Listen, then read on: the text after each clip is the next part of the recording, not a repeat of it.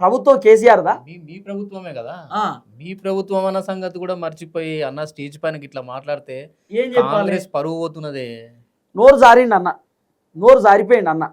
ఏం చెప్పాలనో మనకే అర్థమవుతుంది. రేవంత్ అన్నకి ఇట్లా మాట్లాడుతున్నాడు, మరి ఒక ముఖ్యమంత్రి హోదాలో ఉన్నట్టు మాట్లాడతలేడు అన్న. అదే అర్థమవుతలేదు మాకు, బాధ ఇదే. ఇప్పుడు రేవంత్ అన్న ముఖ్యమంత్రి ఉంటే బాగుంటుంది, కేసీఆర్ కంటే అద్భుతంగా ఉంటుంది అని చెప్పి చాలా మంది ఓటేసి గెలిపిస్తే అన్నకి బిగినర్స్ మిస్టేక్స్ చేస్తే ఎట్లా ఇబ్బంది అవుతుంది కదా. జనాలు కూడా క్లారిటీలోకి వచ్చారు. అనవసరంగా గెలిపిస్తుంది కదా నాయన అనుకుంటారు జనాలు, తెలుసా?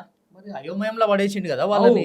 ముఖ్యమంత్రి ఎవరో తెలుస్తలేదు. దోమలు పెరుగుతున్నాయి అని అంటే దాన్ని కంట్రోల్ చేయాల్సిన శాఖ మీ దగ్గరనే పెట్టుకొని అంటే ఏం లేదు అన్న, ఫెయిల్ అయిపోయింది అని చెప్తాను. ఇండైరెక్ట్గా ఏంది, మా ప్రభుత్వం ఫెయిల్, మా అడ్మినిస్ట్రేషన్ ఫెయిలు, నా దగ్గర ఉన్న శాఖలు ఫెయిలు, అసలు నాకు ఏ శాఖ శాతం అయితే లేదు పని చేయడం అనేది రేవంత్ అన్నకు ఒక క్లారిటీ వచ్చేది. ఇట్లనే మరి ఎట్లా మరి ఏం చేయలేమన్నా, ఎట్లా మరి ఏం చేయలేము. ప్రజలు గీజలు ఇవన్నీ ఉన్నాయి అన్నకు.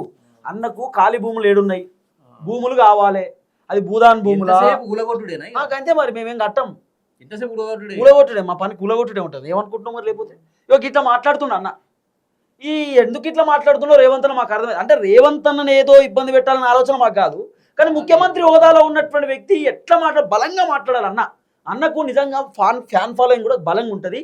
మాస్ లీడర్ రేవంత్ అన్న, మంచి ఫ్యాన్స్ క్రేజ్ ఉంటుంది.